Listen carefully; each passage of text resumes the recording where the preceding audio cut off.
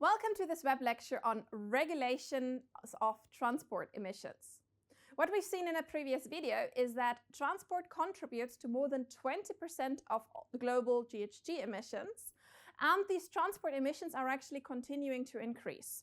So what governments are trying to do to reduce emissions is they regulate transport operations.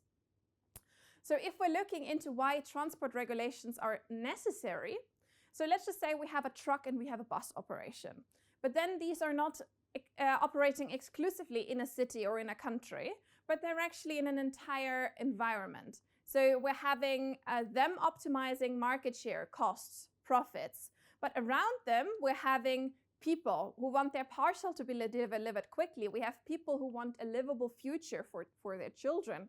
We have people who want frequent public transport, which might not be the most profit maximizing solution.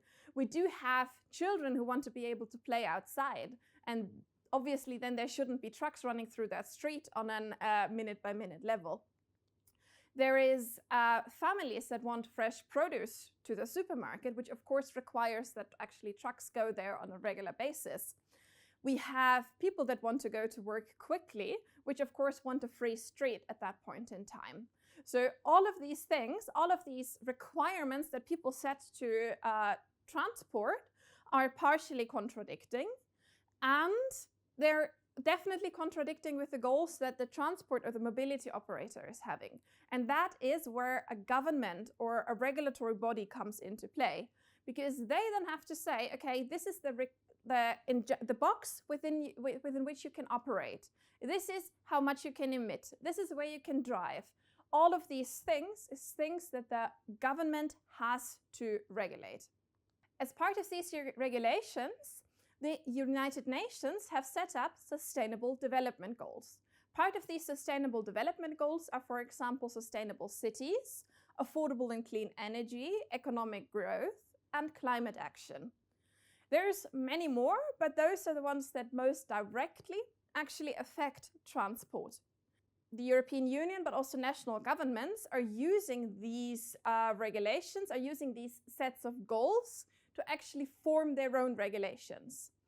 And a few examples of those regulations could be the low emission zones in Europe. So we're seeing, for example, the ultra low emission zones in London and a couple of other English cities. So there, unless your car adheres to a certain emission standard, you're not allowed to enter the city, or you have to pay a certain fine of £12.50. In Eindhoven, we're currently setting up a zero emission zone. So the way that this works is that in the future, you won't be able to enter the city center unless your car doesn't have any emissions, which means de facto, most likely it's electric. In several German cities, what we're seeing is that that we have different levels that a car can fulfill, and only if your car fulfills a sufficiently high standard, so for example, the Euro 4, the Euro 5, the Euro 6 norm, then you're allowed to enter the city center, and that you can then always see on these signs here. These low emission zones are by far not the only ones. We're seeing really a lot of low emission zones popping up all around the globe. But the vast majority of them so far are here in Europe. If we want to look into reducing emissions, what we have to do is we have to understand what the scopes are of emissions. So if we're looking into direct energy generation, so for example, solar panels on our roof or burning coal, then we're in the direct energy generation. If we're looking into scope 2, that's direct energy usage. So that could, for example, be burning gasoline. And then we have scope 3, which is the energy usage upstream and downstream. And now it gets a little bit complicated. If we have an electric car, then we're in scope 1. If we have a gasoline or a diesel car, we're in direct energy usage, so scope 2. But if we outsource our logistics operations, then we're in scope 3. And scope 3, as you can see in this figure, is underneath the waterline. It's extremely difficult to even know how many scope 3 emissions you're actually having. And that makes it so extremely difficult. But In particular, the European Union is also interested in reducing these Scope 3 emissions and actually putting it on the plate of the people that make decisions over these Scope 3 emissions. And one set of regulations that they're using for doing that is the so-called European Sustainability Reporting Standards.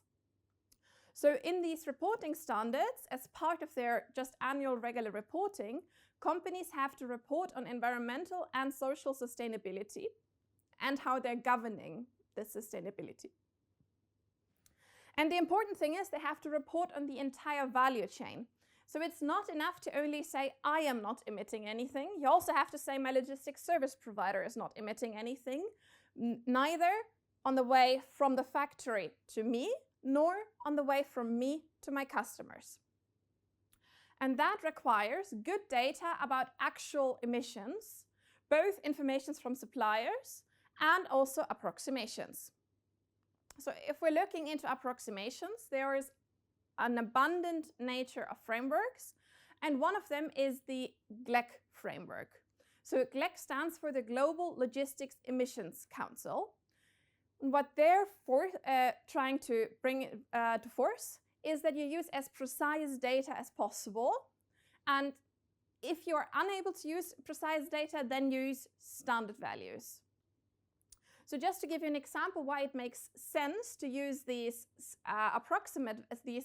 more precise values instead of approximate values.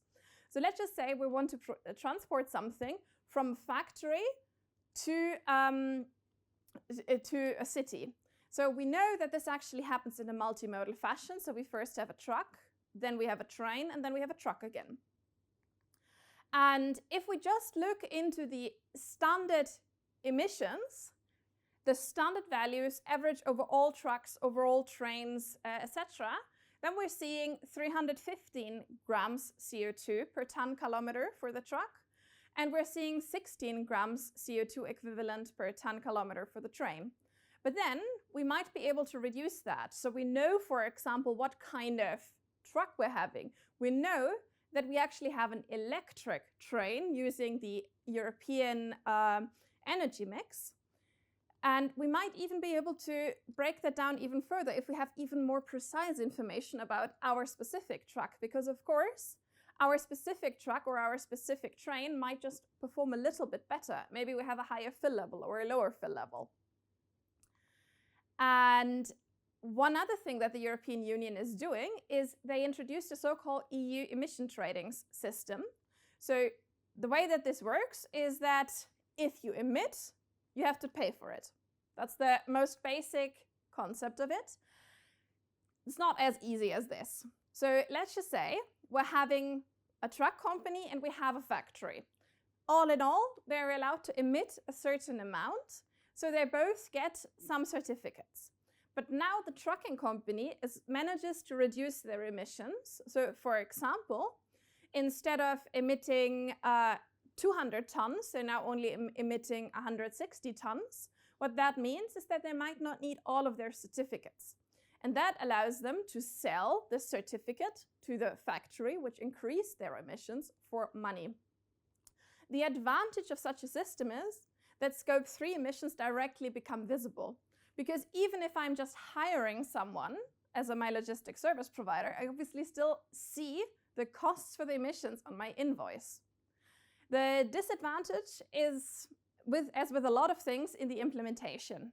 So first of all, there needs to be, of course, an allocation of who gets how many emissions. So how many emissions does this logistics service provider get? How many does this country get? And that makes this a little bit difficult because they currently use the status quo. And then the other question is, of course, who actually measures those emissions? But in general, we see multiple different ways how we can tackle emissions and transports through regulation. And that is also what I would like you to take away. First of all, why is there a necessity for regulations? Then, specifically as an example, low emissions zones, emission reporting, and CO2 pricing. Thank you.